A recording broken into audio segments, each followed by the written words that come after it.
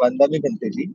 सुखी हो, मंगल हो। मेरा प्रश्न ये है कि पूजा करते समय बुद्ध जी की बुद्ध वंदना गाते समय या चैंटिंग करते समय जो अजीब अजीब चित्र आते हैं, जो हमारे मन के नहीं है, फिर भी आते हैं नींद में डिस्टर्ब करने के लिए। जैसे जैसे हमारी स्पिरिचुअल प्रोग्रेस हो रही है, वैसे वैसे वो बढ़ रहे हैं, तो उसे कैसे रोके?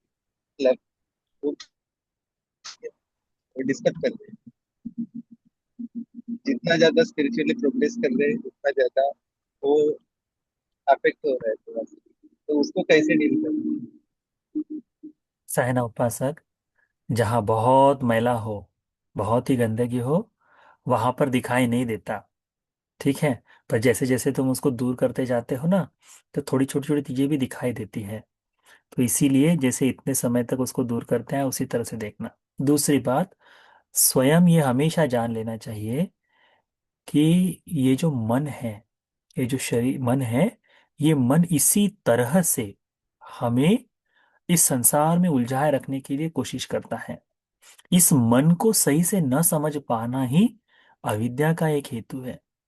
और इसी के बहकावे में आकर हम दीर्घकाल तक दुख भोगते आए हैं। तो जैसे जैसे ये अपने मन के बारे में बोलते जाओगे, वैसे वैसे मन की जो पकड़ है हम पर बनी हुई, वो धीरे धीरे कमजोर होते जाएगी। और फिर देखेंगे कि हाँ, उससे बाहर निकलने के लिए आसानी भी हो गई है।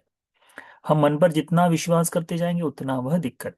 अभी ये सवाल जो है आपको ही नहीं आता, सबको आता है। जैसे हम भी कभी कभी ध्यान करते हुए या फिर पूजा आदि करते हुए कहीं और मन भाग जाता है, तो उसको फटकार लगा के वापस लाने का काम हम लोग करते ही है। तो वैसे ही जब भी आपका मन इस तरह से कहीं भागे, कोई दूसरे दृश्य आ जाए, तो सूत्रों की चांटिंग को धीरा धीमा कर दे, तेजी से मत करे। थोड़ा धीमे धीमे बोलिए। कि धीमे से बोलते समय कैसा, उस शब्दों को याद रखने के लिए आपको और मेहनत करनी पड़ेगी। जब धीरे बोलेंगे तो उसके अर्थ को समझने की कोशिश करोगे तो वो भी। और जहां कहीं रुक गए तो कंफ्यूजन हो गया, तो थोड़ा सा वहां पर हठी मैं तो यहाँ भटक गया था मन, इस तरह से होगा।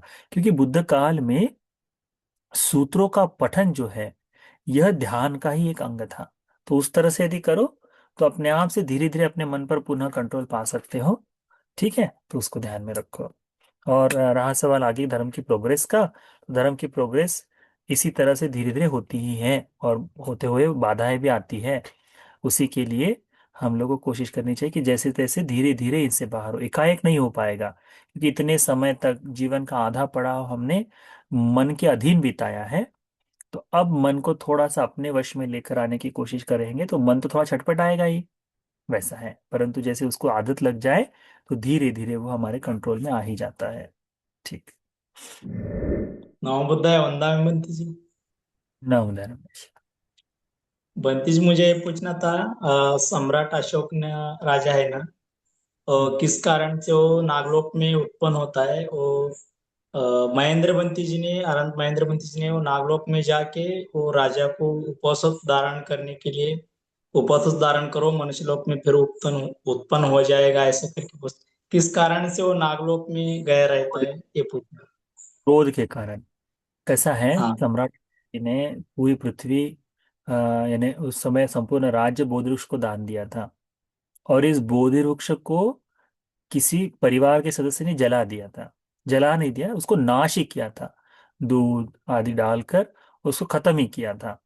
तो जिस कारण से उसको वो क्रोध रह गया था, तो जैसे ही वो उसका मृत्यु का समय आया, तो एकाएक याद आया कि अरे इसके कारण तो ये बोधि वृक्ष विनाश हो गया है, दंड भी दिया गया। परंतु वो क्रोध के कारण, वो क्षणिक कोप जो कहते हैं ना, तो सर्प का स्वभाव होता है क्षणिक कोप करना। कोप करना नहीं, गुस्सा हो जाना, क्षणिक गुस्सा। तो उस कारण से जन्म ही हुआ, वहां अजगर बनकर पैदा हुए, सांप बनकर पैदा हुए।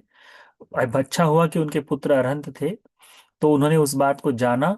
7 दिन में ही उन्होंने वहां सांप लोक से मृत्यु पाई। और फिर अवशेष पुण्य विपाक से, जो अवशेष है उस कर्म का विपाक भी और किए हुए पुण्य के विपाक से, श्रीलंका द्वीप में जन्म लिए। ऊंचाई ज्यादा नहीं थी, नाटे पैदा हुए। ठीक है। और देखने में भी बहुत ऐसा सुंदर ऐसा नहीं थे। परंतु उनके साथ रहकर अल्प ही अवस्था में उन्होंने अरहत्व को बोध कर लिया था। तो ये पुण्य के कारण भी हुआ, और अवशेष उस क्षणिक कोप, उस पाप विपाक भी जो था ना पुराना, भी इतना कर्म का विपाक भी तो था, इतने लोगों की हत्या, इतना सब कुछ, ये सब कुछ था। तो इन सारी चीजों का भाव देखकर वह उनका जीवन काल भी ज्यादा अधिक नहीं रहा, परंतु वे अरहंत होकर जीवन मुक्त हो गए। वंदना भी बनते जी। सुखी हो मंगल। बनते जी, आपने जो भी भगवान उपासकों के लिए जो 7 अपरिहानी धर्म बताए थे, तो उसमें जो चौथा नंबर का है कि भिक्षुओं को देखकर मन में भिन्नता का भाव जागता है। तो हम्म। वो भिन्नता का भाव बनते जी ऐसा जागता है, पर वो कैसे जागता है कि जहाँ हम रहते वहां के जो भिक्षु है वो ऐसे शील का पालन नहीं करते, और बहुत सारे शील तोड़ते हैं, और मतलब उनको क्षमा याचना बनते जी, पर वो बराबर चीवर भी नहीं पहन पाते। तो जब हम्म। उनको ऐसा वंदन करते हैं, पर जो श्रद्धा जागनी चाहिए वो हाँ। नहीं जागती है। कैसा अभी वो भगवान के समय में बड़ी अद्भुत बात थी उस समय।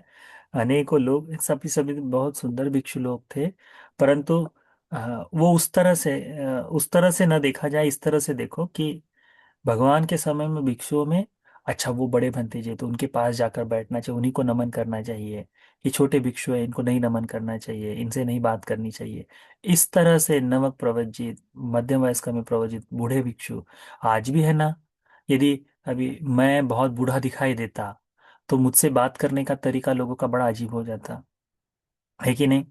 मैं यदि बहुत युवक होता, बिल्कुल छोटा सा दिखाई देता, तो लोगों का बात करने का, हमारी तरफ देखने का तरीका अलग हो जाता। जैसे हम जब शुरुआत में प्रव्रजित हुए थे तो हमको सब लोग पूछते थे, क्योंकि बिल्कुल युवा अवस्था में थे, बंदी जी कितने पढ़े हैं आप, हाँ, क्या आप एजुकेशन हुआ है, ग्रेजुएशन हो गया, कुछ हो गया। तो हम जो भी हमको सवाल पूछता, तब तो हम थोड़ा सा तरुण युवक भी थे, तो जवाब दे देते थे। और अंग्रेजी में पूछते थे, सिंपल से इंग्लिश में पूछते थे। It's okay, doesn't need education और समथिंग। तो जब हम अंग्रेजी में बात करते थे उसके बाद वो सवाल ही नहीं पूछते थे हमको। तो थोड़ी सी अंग्रेजी टूटी फूटी तब भी आती थी, अब भी थोड़ी बहुत आती है। तो वो जो डिफ्रेंशिएशन है कि नया भंते जी, फिर बूढ़ा मध्यम वयस्क भंते जी, और बूढ़ा, अभी मैं मध्यम वयस्क भिक्षुओं में आता हूँ कि नहीं पता नहीं, अभी तो युवक के ऊपर ठीक है, परंतु हो गए हमारे 10 साल वर्ष, 10 उपसंपदा के वर्ष हो गए। तो मैं अभी मध्यम वयस्क भिक्षुओं में आता हूँ। फिर भी यदि मेरे समक्ष कोई दूसरा बूढ़ा भिक्षु आ जाए, तो उस व्यक्ति को, जो आने वाला व्यक्ति है, वो देखते समय अच्छा ये बड़ा भंते जी है, तो जाकर वहां देखने का भाव, ये भिन्नता है कि उस समय आते समय उस तरह का भाव रखते हैं। तो उस तरह से यदि कोई भाव रखता है, चित्त रखता है, तो अभी हाँ, सीलवान और दुशीलता में तो भगवान के समय से ही था वो।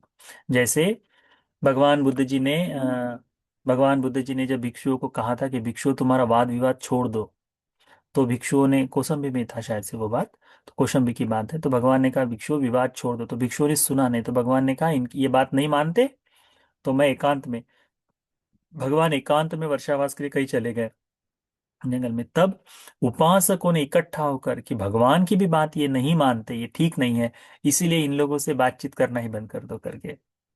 तो उस भिक्षुओं के प्रति उन्होंने आदान प्रदान जो है, उनको डांटा, उनको कहा, उस तरह से उन लोगों ने बताया कि ये भिक्षु भगवान की भी बात नहीं मानते, धर्म की बात नहीं मानते, तो इनसे संबंध रखना ठीक नहीं करके।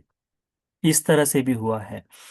उसके बाद में जैसे हमारे भिक्षुओं के इसमें भी कुछ आपत्तियां होती है, तो भिक्षु लोग जाकर बताते हैं कि भिक्षु ये तुम्हारे दोष है, तुम इसको देखो करके, तब भी नहीं मानते। तब भी उपासकों ने इसी तरह से भाव किया था कि जो भिक्षु धर्म के अनुसार नहीं जीता, उनकी बात नहीं मानेंगे, उनका सत्कार सम्मान उस तरह से नहीं करेंगे करके सोच लिया था। तो इस तरह से हो सकता है, परंतु जब संघ बैठा हो, तो संघ में आ, उम्र को देखकर उनके साथ जो व्यवहार किया जाता है वैसा नहीं होना चाहिए। हम लोग भी, हम तो भिक्षुओं के लिए तो है कि भिक्षुओं के लिए बताएं, यदि तुम उपसमुदाय बड़े हो तो तुम्हारा वो सम्मान होना चाहिए, तुमने उस हिसाब से बैठना चाहिए। हम भी कभी बैठते हैं तो अपने से कोई बूढ़ा बूढ़ा भिक्षु है उम्र में, तो हम पूछ लेते हैं क्या वर्ष कितने हैं तुम्हारे करके। यदि वर्षावास में छोटा है तो हम उसको कहते हैं कि इधर साइड बैठोगे हमसे छोटे हो करके, इस तरह से। परंतु लोग देखने में वो नहीं, वो उम्र का देखते हैं, नमक, और इस तरह से वो डिफरेंशिएशन ज्यादा है। इस तरह का नहीं, सील से तो देखना चाहिए ही, उसमें कोई आपत्ति नहीं। ठीक। ठीक है। वंदा भी बनते। तो क्यों ना। मेरा सवाल ये है कि अगर हम आनापान सती, मेत्ता और मरणानुसति, इस तरह की तीनों साधना, या इससे अलग और कुछ है बुद्धानुसति, तो हम एक दिन में ये तीनों चारों साधना कर सकते हैं? और कर हाँ, सकते हैं तो उसमें कितना अंतर रख के करना चाहिए? ये सवाल था। आनापान और मैत्री साथ साथ कर सकते हो। जैसे ही अच्छा। आनापान समाप्त हुआ वैसे मैत्री कर सकते हो, या फिर मैत्री जैसे ही खत्म हुई वैसे आनापान सति कर सकते हो, क्योंकि मैत्री का गुण है चित्त की एकाग्रता। तो मैत्री हम्म। समाप्त करके पहले 10-15 मिनट की मैत्री कर लिए, फिर आनापान सति कर लिए। फिर आनापान सति में जहां तक मन बैठा वहां मन लगा के फिर बाद में फिर आप पुनः आनापान सति कर सकते हो। परंतु अशुभ और मरण सति को तुम दिन में कभी भी, इनके लिए ऐसा नहीं कि आंखें बंद करके ही बैठना चाहिए, खुली आंखों से भी, चलते हुए भी, या चलते हुए तो नहीं विशेष करके, परंतु जब भी आप स्मृतिमान में है तो मरण सति का अभ्यास कर सकते हो। चिंतन कर सकते हो कि देखो भगवान ने ये मरण का जो भाव बताया है वो जीवन बड़ा क्षणिक बताया है, बहुत ही अल्प समय के लिए बताया है। कब मेरी मृत्यु हो जाए बता नहीं सकते। अब मैं जो खाना खाया हूँ चाहे ये शायद विषक्त हो जाए तो मेरी मृत्यु हो सकती है, या फिर मैं चलते चलते लड़खड़ा कर गिर पड़ा तो मेरी मृत्यु हो सकती है। ठीक है। जिस समय इस तरह का यदि चिंतन करो, डर की भावना जाग जाए, तो उस समय मत करना। ठीक है। वो क्योंकि मरणानुसति का ध्यान भय जगाने के लिए नहीं है। कई बार ऐसा होता है कि काम करते करते किसी, अरे मैं तो गिर जाऊंगा और मृत्यु हो सकती है, तो उस कारण से डर उत्पन्न हो सकता है। तो वैसा डर नहीं जगाना है। ये सत्यता है, इसको देखना है कि हाँ ये संभव है कि मृत्यु हो जाए, संभव है। यानी उससे हमारा केवल जीवन के प्रति जो अधिक मोह है वो मोह समाप्त होना चाहिए। जीवित रहने के प्रति कैसा है, यदि तुम्हें पता हो, जैसे हमें पता हो जाए कि मेरी मृत्यु कल होने वाली है, तो आज जिससे जिससे झगड़ा करना है कर लो करके, तो फोन पटापट करके तूने मुझे ऐसा किया करके झगड़ा करते बैठेंगे क्या? नहीं। किसी से हम दूसरी बात करेंगे क्या? नहीं। हम जो है हमारा कह रही छोटा सा समय बचा है, क्यों ना प्रेम से, क्यों ना सौहार्द से, इसी से रह ले करके उस तरह का भाव जागता है। तो मरण सती उसके लिए है कि वर्तमान में रहने के लिए सहायक बनती है, और जीव इनके प्रति जो मोह है वो दूर हो जाता है। और अशुभ की साधना तो काम वासना को दूर करने के लिए होती है, तो अशुभ की साधना भी समय समय पर जब जब आपके मन में आए तो कर सकते हो। भिक्षुओं को तो चारों चार साधनाएं प्रतिदिन चिंतन के लिए बताई है। अशुभानुसति मेत्ता बुद्धानुसति मेत्ता च अशुभं मरणसति, ये चार, बुद्धानुसति, मेत्ता, अशुभ और मरण सति, ये चार भिक्खु भावे इनको सुरक्षित, भिक्षु जीवन को सुरक्षित बनाए रखने के लिए चार ध्यान साधनाएं बताई हैं। तो भिक्षुओं के लिए तो ये चारों प्रतिदिन के लिए बात है। तो क्षण भर के लिए भी यदि चिंतन कर ले तब भी वो ध्यान पूर्ण हो जाता है, इस तरह का भाव है। जी। वंदा में बनते जी। तो जी मेरा सवाल था, अ, जसं पच्चक बुद्ध, अरहंत आणि सम्यक संबुद्ध हे आपल्या स्वेच्छेनं देहत्याग करतात. तर बोधिसत्वाच्या केसमध्ये पण असंच आहे का? म्हणजे आपण बाबासाहेबांचं असं म्हणू शकतो का की म्हणजे बुद्ध आणि धम्म हे ग्रंथ लिहिल्यानंतर त्यांचा मृत्यू झाला आणि बोधिसत्वाची कधी म्हणजे कोणी दुसरा व्यक्ती मारू शकतो का? हो, बोधिसत्वाची हत्या हो सकते, बोधिसत्व की हत्या हो सकती है, बोधिसत्व को मारा जा सकता है। उसके उदाहरण हमें जातक कथाओं में देखने को मिलते हैं। देवदत्त द्वारा किए गए अनेकों बार, जैसे देवदत्त के समय में देवदत्त जब थे तो राजा रहते समय श्रमणों का मैं सम्मान नहीं करूंगा, तो श्रमण कौन है, इसकी इसकी शांति इसकी धीरता देख लेता हूँ करके पैर काट दिए, हाथ काट दिए, है ना। ये सारा कटने के बाद भी उनकी मैत्री ही रही, उसी कारण से उनकी मृत्यु हो गई। तो उस तरह से भी बोधिसत्व की मृत्यु ने, कोई मार सकता है बोधिसत्व को, उनका इच्छा मरण कैसा ऐसा स्वभाव नहीं है। पर बोधिसत्व जिस पारमिता की पूर्ति के लिए आते हैं उस पारमिता को निरंतरता से पूर्ण करने का उनका पूरा जीवन का प्रयास रहता है। इस कारण से अच्छा उनको किसी ने मार दिया इसीलिए ऐसा कोई भाव यानी उनका धर्म रुक जाएगा, ऐसा नहीं है। जिस क्षण बोधिसत्व जन्म लेते हैं और जिस क्षण मरते हैं, इसके बीच में संपूर्ण समय उनकी पारमिताओं की पूर्ति के लिए, उस पारमिता की ही अखंडता के लिए वो काम करते रहते हैं। इस पारमिता की पूर्ति करते समय जो समाज उनके सम्मुख आता है वो उनका हित और कल्याण करते हैं। इतना ही है। वो अतीत के जितने बोधिसत्व की जितनी जातक कथाएं हैं, उन सभी कथाओं में आप देख सकते हो कि ऐसा ही हुआ है करके, कि जहां जहां बोधिसत्व अपनी पारमिताएं पूर्ण करते रहे, और जब वो समय जागा कि अरे अब तो हो गई, तो यदि किसी को तकलीफ हो रही है तो वो उनकी सहायता में बन गए हैं। उनका ये धर्म नहीं कि दूसरों की सहायता करे, उनकी पारमिताओं की पूर्ति करते समय ही सहायता होती है। बाकी बुद्धों का जो समय है, वो समय भी उनकी आयु पर निर्धारित करता है कि कितनी आयु वो जीवन जिएंगे। प्रत्येक बुद्धों का उनकी आयु निर्धारित होती है कि इतना समय जिएंगे। और धर्मता है उनके मृत्यु की। जितना जब जैसे हमारे यहाँ हमारे भगवान बुद्ध जी के बारे में देखा जाता है कि उनको 3 बार याचना करने के बाद भी आनंद बंदी जी उनको दीर्घ काल तक रहो करके नहीं कहा, तब जाकर उन्होंने कि अभी आवश्यकता नहीं है इस लोक में, इसलिए आयु संस्कार का त्याग किया। उसके 3 माह पश्चात ही उनकी मृत्यु हुई। तो इस तरह से बुद्धों का जीवनचर्या होती है, पर बोधिसत्व की उस तरह से नहीं होती। ठीक। बंदा भी बनते जी। एवं मंगल हो। ये पूछना ये था कि मेरे बच्चे हम लोग हमको तो क्या नाम बुद्ध धर्म में बहुत अच्छा लगता है, लेकिन मेरे बच्चे लोग नहीं इधर ध्यान देते हैं, बात नहीं मानते हैं। बताइए कैसे उनको इधर। यदि बच्चे यदि बच्चे बड़े हो गए हैं तो जी मैंने बड़े तो सबको यही बता हाँ मैंने सबको ये बताया है, उनके पीछे लगकर उनको हर महीने का दान देने के लिए बोलो। यदि कमा रहे हैं तो उनको बोलो तुमको कुछ भी करना है, तुमको इतना दान देना है। और दान देने का बाद फोन करके बताना है गुरुजी, उनको इस शब्दों में बोलना है, गुरुजी हमने हमारी स्वेच्छा से इस महीने का दान दिया है। ठीक है। ये बोलकर हर बार जब एक एक बार इस महीने दिया है, दूसरी बार दिया है, तीसरी बार दिया, चौथी बार दिया है, जब वो बात करना जरूरी है, ऐसा नहीं कि भेज दिया करके। कैसा है, हम कितना भी बच्चों को बताएंगे अच्छा जाके मिलो तो नहीं मिलते। परंतु दान दिया है तो बातचीत करेंगे ही। जब एक बार बातचीत करेगा, दूसरी बार, तीसरी बार, तो धीरे धीरे वो बातचीत थोड़ी सी बड़ी हो जाती है। और फिर उसके जीवन में जो चल रहा है वो बात बताएगा कि भंते जी मेरे जीवन में ऐसा चल रहा है, मैं इसके लिए आशीर्वाद चाहता हूँ, क्योंकि दान दे रहा है ना, तो मैं आशीर्वाद चाहता हूँ। फिर जाकर वो भंते जी से धीरे से बात करेगा कि भंते ये बात हुई है, ऐसा हुआ है, आपका आशीर्वाद मिला, मुझे अच्छा लग रहा है। फिर वहां आकर थोड़ा सा कि भंते जी अब मैं दान भी दे रहा हूं, मैंने क्या करना चाहिए।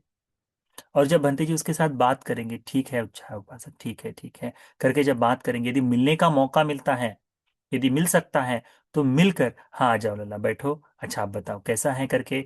फिर भंते जी श्रम दान के लिए बताएंगे, थोड़ा मेहनत भी कर लो शरीर से। फिर भंते जी बताएंगे अच्छा तुम ये कर रहे हो ना, दान भी दे रहे हो ना, थोड़ा सील का पालन करके देखो। वहां से जाकर आरंभ होगा। ये हमारे हमारा क्रम नहीं, ये भगवान बुद्ध जी ने बताया हुआ क्रम है। जब भी कोई बाहरी व्यक्ति धर्म को सीखने के लिए आता है, तो भगवान बुद्ध जी अनुपुब्बी कथा बताते हैं। कौन सी कथा? अनुपुब्बी कथा। अनुपुब्बी कथा में पहली कथा है दान कथा। पहले दान कथा बताते हैं, फिर सील कथा बताते हैं, फिर काम के आदि न बताते हैं। ठीक है। ठीक है, वह बताते हैं। उसके बाद में नहीं, हाँ सग्ग कथा बता, तीसरी कथा है सग्ग कथा। दान कथा, सील कथा, सग्ग कथा, स्वर्ग लोक की बात बताते हैं। फिर उसके बाद में काम लोक के आदि नव बताते हैं, नुकसान। और फिर बताते हैं नेक्खम्य आनिसंस, नैष्क्रम्य के लाभ बताते हैं। ये 5 चीजें बताते हैं भगवान बुद्ध जी एक एक क्रम से। और जैसे जैसे यदि व्यक्ति दानी है, सीलवान है, तो इनको बताते बताते उसका चित्त जो है निर्मल हो जाता है। और फिर उस निर्मल चित्त को भगवान बुद्ध जी 4 आर्य सत्य का उपदेश करते हैं। और जैसे ही 4 आर्य सत्य का उपदेश करते हैं, उसे धर्म बोध हो सकता है। पर आज वर्तमान में ये इतना आसान नहीं है, है ना। तो इसीलिए पहले बच्चों को दान के लिए प्रेरित करो, हर माह उनके पास से दान जाना चाहिए। क्योंकि देखो, कहीं पे भी खर्च कर ही रहे ना बच्चे। अभी अनेकों बच्चों को अनेक प्रकार के ऐब होते हैं। कोई सिगरेट पी रहा है, किसी को नशे का शौक है, या कोई जस्ट पांटले पर खड़ा है ना, किसी न किसी इसमें लगा रहे हैं, है ना। तो महीने भर में यदि 100 चाय पी रहा है, तो 10 चाय कम कर ले। एक चाय लगभग लगभग 10 या 15 रुपए, 15 रुपए की अभी हो गई है यहाँ, है ना। उतने 10 चाय कम कर दे, 100 रुपया दान दे दे। तो वो देने से उसके बाद में जब भी आप पे घर से कोई दान हो, भोजन का दान हो, कुछ दान हो, बच्चा आज मैं नहीं जाऊंगा, तुम जाकर बंटी जी को ये टिफिन दान देकर आओ। तो वो दान देने से कैसा विनम्रता का भाव जागेगा वो, और निरंतर होना चाहिए। पहली बार में बड़े अकड़ में आते हैं, चौड़ में आते हैं बच्चे लोग कि अरे हम तो एहसान कर रहे करके। पर धीरे धीरे जी जब ये निरंतरता बढ़ती है तो वो मृदुता अपने आप आ जाती है। तो उसके लिए यदि आपको लगता है कि आपके बच्चे बड़े हो गए हैं, तो उनको धर्म के बारे में थोड़ा सीखने की इच्छा रखते हैं, तो उनको दान से शुरू करवाओ। वो सबसे बेस्ट और सबसे कारगर तरीका है। हमने जितने बालकों को देखा है उसी के साथ नम्रता से, क्योंकि उनका एक लग जाता है, अच्छा मैंने दान दिया है यानी भंते जी मुझसे बात करेंगे।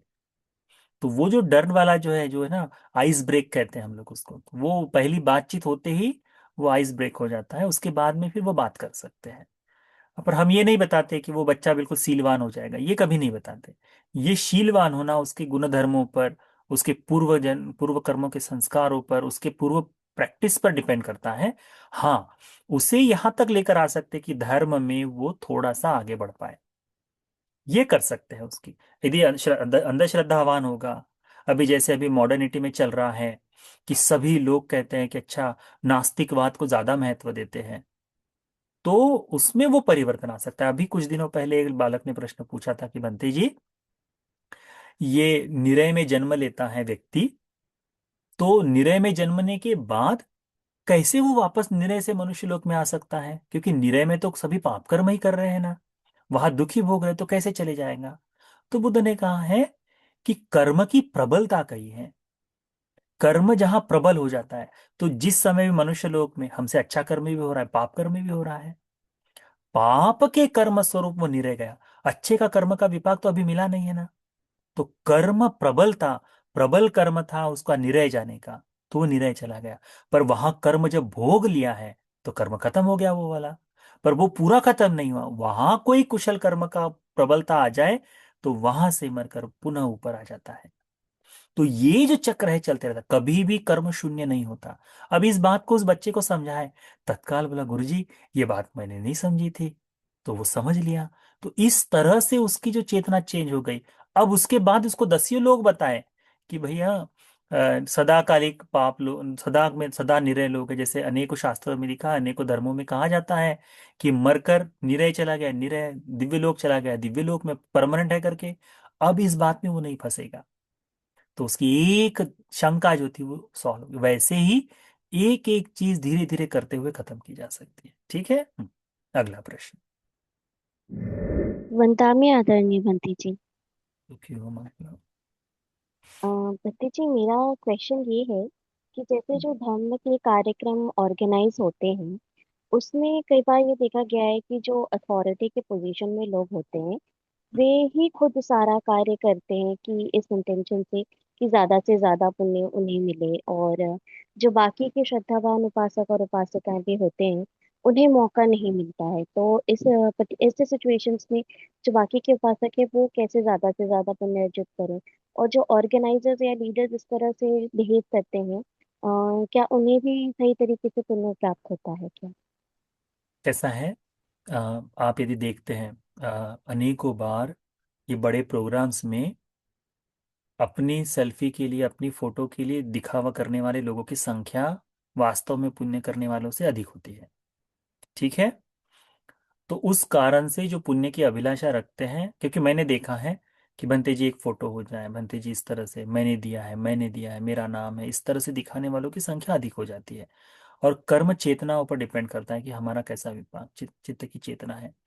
तो हमने ये देखना चाहिए कि यदि वहाँ असुविधा हो रही है, क्योंकि देखना चाहिए कि एक तो 4 घंटे बंते जी पहले ही बैठे थे, अब उसमें हम जाकर बातचीत करके आए तो नहीं। तो ऐसे समय में हमने देख कर जो आनंदित होना है, वो महासमय सूत्र है या फिर आटानाटी सूत्र, दूर तो वह नमस्संति करके कहा है उसमें, है ना, कि दूर से देख कर नमन कर लेते हैं करके। तो दूर से देखकर भी नमन करने का भाव होना चाहिए। दूसरा सबसे सुंदर पुण्य का भाव है अनुमोदन होना। हम हमारे जीवन में इतना विशाल पुण्य का संचय नहीं कर सकते। यानी इस तरह से कार्यक्रम खुद ऑर्गेनाइज करना बड़ा मुश्किल का काम हो जाता है, क्योंकि सारी व्यवस्था जो है वो अलग अलग लोगों पर, और जो व्यवस्थापक है उसके ऊपर तो इतनी चीजें चलती है कि मैं ये देखूं, ये देखूं, ये देखूं, क्योंकि भंते जी सोफे पर बैठे हैं, कोई नया भिक्षु आ गया, वो कहाँ बैठेगा, फिर उसके बाद में अरे माइक कहाँ हो गया, खाना बट रहा है कि नहीं बट रहा है, ये सारी चीजें चल रही है। तो कई बार हड़बड़ीवश वह किसी ऐसे शब्दों में बात कर लेता है कि तुम रुको, तुम्हारा तो ऐसा ही है करके। तो ऐसे समय में हमको बुरा नहीं मानना चाहिए। हम हमारा मन खट्टा कर ले, उससे होगा कि हमारे पुण्य में बाधा उत्पन्न हो जाएगी। तो हमने देखना चाहिए कि ये जो कर रहा है इसको करने दो, इसका जो भी मानस हो वो उस तरह के उसका विपाक मिलेगा।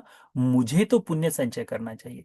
तो जैसे हमने अभी परसों के दिन में बच्चों को आप लोगों को भी बताया था पुण्य की महिमा में, कि 3 फूल मिले, और 3 फूलों को भगवान तो आंखें खोलकर भी नहीं बैठे थे, केवल उनके चरणों में 3 फूल रखे, उतने मात्र से उसका पुण्य हो गया। तो आपके फूलों का वर्षाव भी बंती जी पर हो गया है, तो भी आनंदित हो जाना चाहिए कि देखो भगवान के संग को देखने का मौका मिल गया, है ना। क्या कहते हैं उसमें, महामंगल सूत्र में है ना, समना नंग च दස්සना एतांग मंगलमोत्तम। श्रमणों का दर्शन हो गया तो मेरे जीवन में मंगल का कारण पूर्ण हो गया, है ना। दानंग ददंच श्रद्धाय, श्रद्धा से दान दे दिया है तो मंगल का कारण पूरा हुआ, मेरा मेरा पुण्य हो गया। धर्म को श्रवण करने का मौका मिला तो सद कालीन धम्म सवनं, धर्म का श्रवण हो गया तो मेरा कल्याण हो गया, मंगल हो गया करके।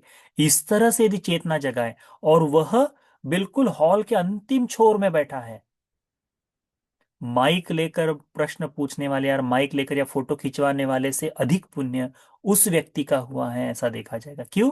क्योंकि उसने पुण्य के लिए जो जो चीजें करनी चाहिए, क्या क्या किया है कि महामंगल सूत्र में आने वाली श्रद्धा से देख लिया है।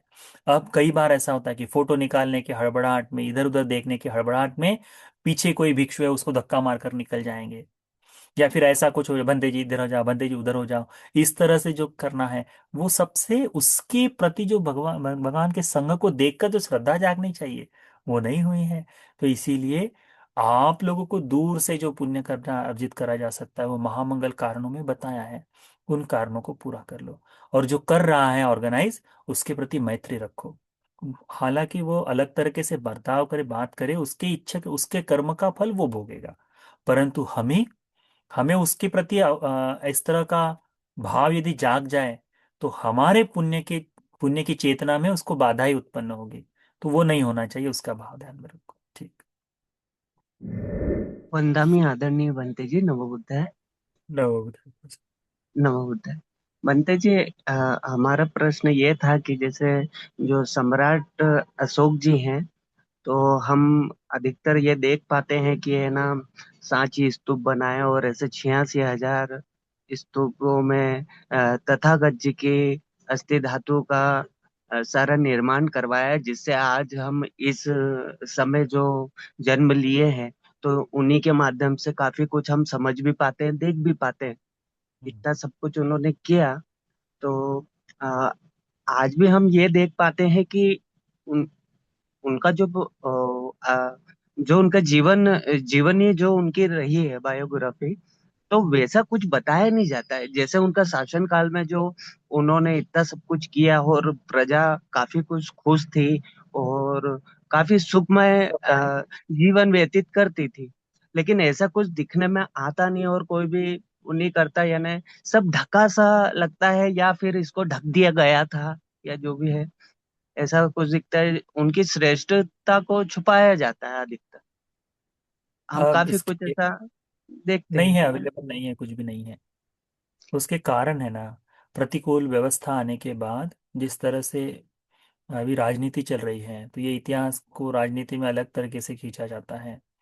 जो वास्तव में इतिहास तज्ञ हैं, उन लोगों ने जो लिखा है उसमें भी पार्शलिटी आ जाती है। जैसे वह अपने सांप्रदाय के हिसाब से लिखेगा, अपनी विचारधारा के अनुसार लिखेगा।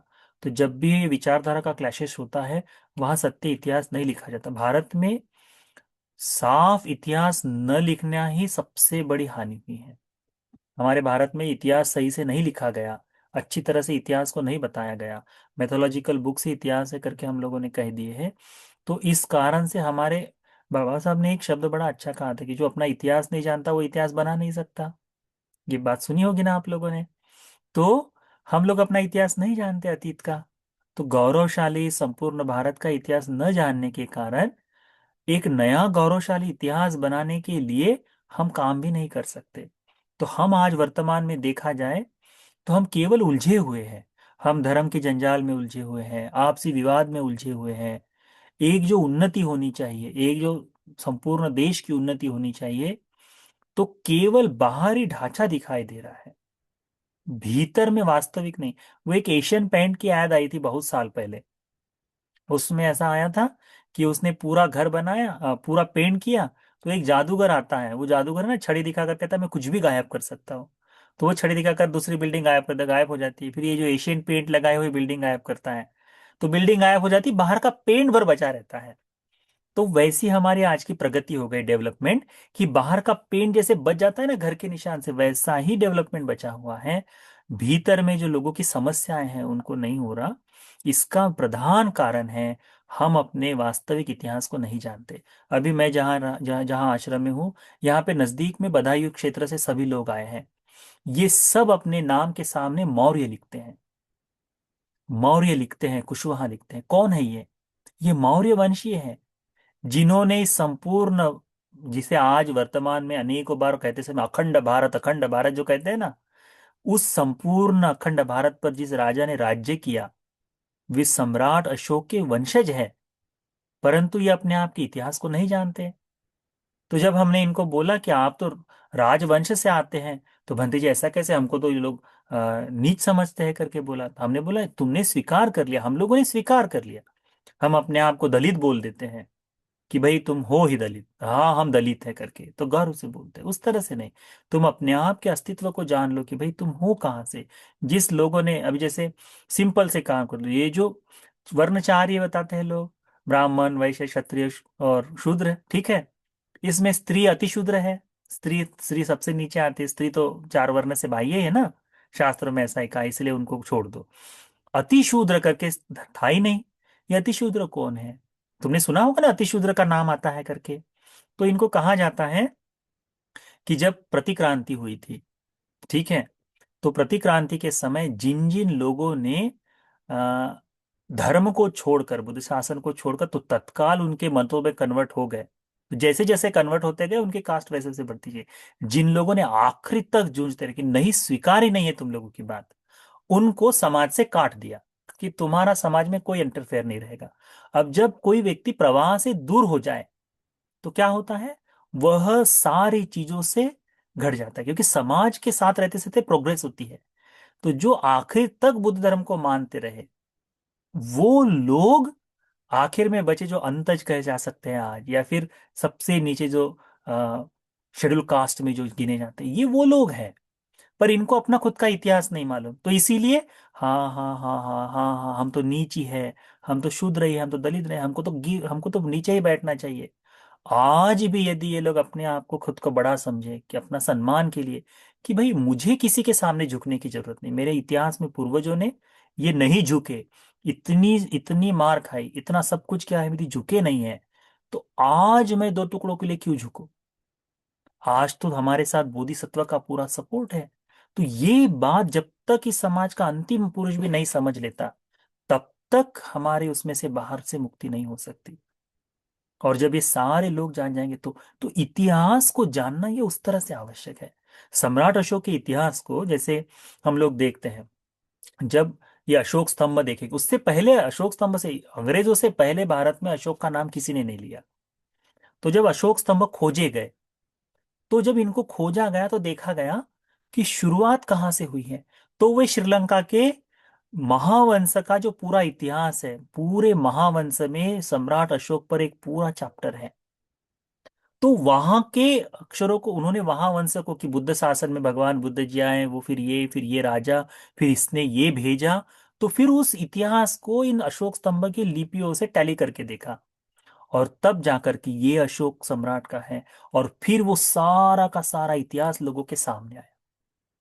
पर अब यदि आज कोई यदि सम्राट अशोक के बारे में इतिहास को बताने की कोशिश करेंगे, हाँ ये तो ब्रिटिशों ने लिखा है, इस तरह से बताकर उनको बहलाने की दबाने की कोशिश करेंगे, यदि इस उत्तर भारत में यहाँ से ये संपूर्ण ये हमारा हरियाणा से लेकर तो उधर तक घोसीताराम जो है वहां चले जाओ या बोध गया तक चले जाओ, ये सारा मौर्यों का राज्य है।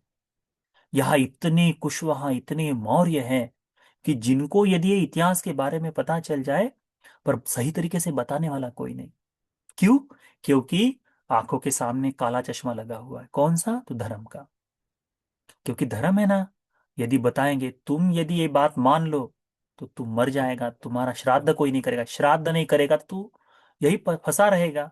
अब श्राद्ध के लिए आदमी बेचारा भाई कुछ भी हो जाए, मरने पर श्राद्ध तो करवा दो करके बोलने की बात रखते हैं। उस कारण से फंसे, दूसरा कोई कारण नहीं। वो केवल मरने के बाद हमको मोक्ष मिल जाए उसी श्राद्ध के लिए हिंदुओं में वो अपना जीवन जीते हैं, बस दूसरा कुछ नहीं है। दूसरा क्या है? दूसरा कुछ नहीं, फिर वही है। तो उसी चीजों को जब इतिहास जब तक लोगों के सामने नहीं आएगा, उसको सही तरीके से इतिहास को अपने स्वार्थ के लिए भी कोई इस्तेमाल करे तब भी वो गलत है। अनेकों बार बाबा साहब की बातों को अपने स्वार्थ के लिए बताने वाले लोग भी हैं, तो वो भी गलत है। इतिहास को उसी तरह से कि नहीं ये है करके बताओ और वास्तव में सुंदर तरह से बताओ, वाकई में रिवॉल्यूशन हो जाता है, वाकई में क्रांति हो जाती है। तो ये इतिहास जानने की आवश्यकता है। यदि जो इतिहास को जान जाएगा ना, वो वास्तव में इन सारे प्रपंच से बाहर आ जाएगा। कोई हमको आज पूछता है, हम बताते हैं हम पंडित है करके बताते हैं। हम अपने आप को ब्राह्मण भी ब्राह्मण तो नहीं बोल सकते क्योंकि अरंत नहीं है, तो पर पंडित बोलते हैं हम, हाँ हम पंडित है, हाँ हम पुजारी है करके। हमको कोई भी पूछता है तो हम बताते हैं हाँ हम पंडित है करके बताते हैं। क्यों? क्योंकि हाँ धर्म से हम हैं, कर्म से हम हैं, इसलिए बोल सकते हैं। वही बोलना चाहिए। तुमको मैं बताता हूँ तो आप लोग गृहपति है करके तो गृहपति करके बताओ, है ना, उस तरह से बताओ। वो जात पात में भी बंधे रहने की आवश्यकता नहीं। और विशेष करके आपस में जो जो बुद्धिस्ट हो गए उन लोगों ने आपस में जात देखना बंद कर देना चाहिए। जात यानी जन्म वाली जात नहीं, ठीक है, वो जाति पच्चा है जरा मरने वाली वो वाली जात नहीं, जात यानी जन्म। ये जो नीच करके हम लोग जो पकड़ के चले हैं, इनको छोड़ देना चाहिए। तू बुद्धिस्ट है, मैं बुद्धिस्ट हूँ, खत्म। वो रोटी बेटी का व्यवहार बाद में देखेंगे। परंतु तुम बुद्धिस्ट हो, मैं बुद्धिस्ट हूं। उसने यदि कह दिया कि बुद्धिस्ट हो, अच्छा तुम कौन से वाले बुद्धिस्ट हो? अच्छा वो चमार वाले बुद्धिस्ट हो, तुम जाटव वाले बुद्धिस्ट हो, तुम महार वाले बुद्धिस्ट हो, अच्छा तुम शाक्य कुशवा वाले बुद्धिस्ट हो। ये बात यदि लेकर आ जाए तो तुमको इस बुद्ध शासन में आकर कोई फायदा नहीं हुआ। सबसे पहले तुम लोगों ने सीख लेना चाहिए। सामान्य फल सूत्र बताया है, दीर्घ निकाय का दूसरा सूत्र है सामान्य फल सूत्र। इतना सुंदर विस्तार है, बड़ा दीर्घ सूत्र है। भगवान बुद्ध जी के पास देखो, मैं को दूसरा ही बताने लगा। भगवान बुद्ध जी के पास अजात शत्रु अपनी व्यथा लेकर आता है जीवक के कहने पर, और भगवान के पास आकर पूछता है कि भगवान इस लोग, क्योंकि अपनी व्यथा तो बोल नहीं सकता कि मैंने अपने पिता की हत्या की है, माता की हत्या हो गई मेरे हाथों, मैंने ये सब पाप कर लिया है करके, अब वो नहीं बोल सकता ना।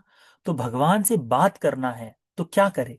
तो कहता है भगवान कि इसी जीवन में देखे जाने वाले श्रमणों के लाभ है कोई? सामान्य फल है, श्रमण बनने का कोई लाभ है? तो बताते हैं कि हाँ, एक एक करके बताते, तो सीधा पूछते हैं, यदि तुम्हारा नाई जो तुम्हारे बाल काटता हो या तुम्हारा कोई सेवक जो तुम्हारी सेवा करता हो, कल को वो सन्यासी बन जाए तो तुम उसका कैसा व्यवहार करो? तो कहते हैं कि अभी वो गृहस्थ धर्म से बाहर हो गया तो मैं उसे सम्मान स्वरूप से उसका प्रश्न, तो यही तो प्रथम सम्मान है। कहते हैं ये उसका सामान्य का फल है, श्रमण बनने का फल, कि राजा उसको अभी सम्मान दिखा रहा है करके। कहते हैं ये श्रमणों का फल है पहला। उसके बाद में कहते हैं कि यदि वो भिक्षु जो है, श्रमण जो है, वो धीरे धीरे धर्म का आचरण करते हुए दिखाई दे तो तुम उसके साथ कैसा व्यवहार करोगे? कहते हैं कि हम उसको भोजन प्रत्यय उसकी कुटी आदि की व्यवस्था करा देंगे। ये श्रमणों का प्रत्यक्ष दिखाई देने वाला फल है, कहते हैं। फिर उसके बाद में, अब ये तो भौतिक स्वरूप में दिखाई देने वाले, फिर आध्यात्म की जो फल है कि जैसे जैसे वो धर्म का पालन करता है उसके राग द्वेष मोह दूर हो जाते हैं, ये श्रमणों का फल है, कहते हैं। उसके बाद में अंतिम में कहते हैं कि इसी जीवन में जिसने सारे राग द्वेष मोह खत्म कर लिया, जो मुक्त हो गया, ये उसके श्रवण का फल है कहते हैं। तो सामान्य फल सूत्र में बड़ा सुंदर और अद्भुत विस्तार किया है। अद्भुत है, अद्भुत। तो ये श्रवणों के फल है। तुम बुद्धिस्ट हो गए हो, इसका मतलब तुम्हारी जात आदि से, हाँ, तुम आरक्षण लेने के लिए, तुम अपने जीवन को जीने के लिए, लिपिक लिखने के लिए हम हिंदू ही है, क्योंकि कॉन्स्टिट्यूशन में कहा गया है कि बौद्ध, सिख और जैन, ये धर्म से हिंदू हिंदू समझे जाएंगे करके, ये लिखित में है ना, कॉन्स्टिट्यूशन में लिखा है उस तरह से कि हिंदू ही समझे जाते हैं। तो है तो वैसे है, परंतु कम से कम आचार विचार से, वाणी से तो हम बुद्धिस्ट बन सकते हैं। तो बुद्धिस्ट बनो, उसमें जात पात मत लेके आओ। बंदर भी बनते जी। तो फिर बनो। अभी ये लास्ट टाइम अपन वहाँ माँ हत्तीपाद सूत्र का अभ्यास किया है। उसमें अनंत सारी बनते जी ऋषियों को देशना देते हैं। उसमें ऋषियों को संबोधित करते हैं कि आप जब कान से कोई शब्द सुनते हो और वो हम्म, जो वेदना उत्पन्न होती है, तो वो हम्म, वेदना को आपने जानना चाहिए। सुखद हम्म, है, दुखद है, अदुख सुखद है, और हम्म, वो हेतु से उत्पन्न होती है, और हम्म, वो अनित्य है। वैसा ही जिस स्वर से जो उत्पन्न है वो स्वर से अनित्य है, संदेह। तो बनते जी ये पांचों अपने जो स्कंद है, वो हर हम्म। समय अपने पास कोई संस्कार उत्पन्न होता है, हर इस समय में अपने को जाना पड़ता है उससे, वो अलग अलग तो नहीं होते ना। नहीं, यानी कैसा हाँ। है, एक हम्म। संस्कार का एक विज्ञान उस तरह से भाव को उत्पन्न करता है। तो हाँ जैसे हाँ धीरे धीरे भाव की उत्पत्ति होती जाती है, अंतिम हाँ। जो है चेतना, वो सारे इनको लेकर नए जन्म के लिए ही उत्पन्न हो जाती है। तो उसका नया जन्म उसके लिए हाँ काम में आती है। परंतु ये हाँ। सारी वेदनाएं हम लेकर चल रहे हैं, सारी ही वेदना, सारे ही ये चीजें लेकर चल रहे हैं। अंतिम चेतना वो ज्यादा प्रबल हो जाती है, वो कर्म का विपाक उस तरह से देती है। तो उसको देखना चाहिए। तो उसमें अच्छा अच्छा। उसमें उनका बताने का हेतु ये था कि यदि कोई इनको देख ले कि अनित्य है, तो इस अनित्य के चिंतन से, ये सब कुछ अनित्य है तो वेदनाएं कान की, तो उससे होने वाला जो भाव है कि मुझे क्रोध जागना चाहिए, ये भाव उत्पन्न नहीं होगा। तो उस कारण से वो क्रोध से धीरे धीरे बाहर आ जाएगा करके बताया है। ठीक है। हाँ, ठीक है, मतलब पंच उपादान स्कंद निरंतरता से बनते रहते हैं, चलते रहते हैं, इस बात को ध्यान में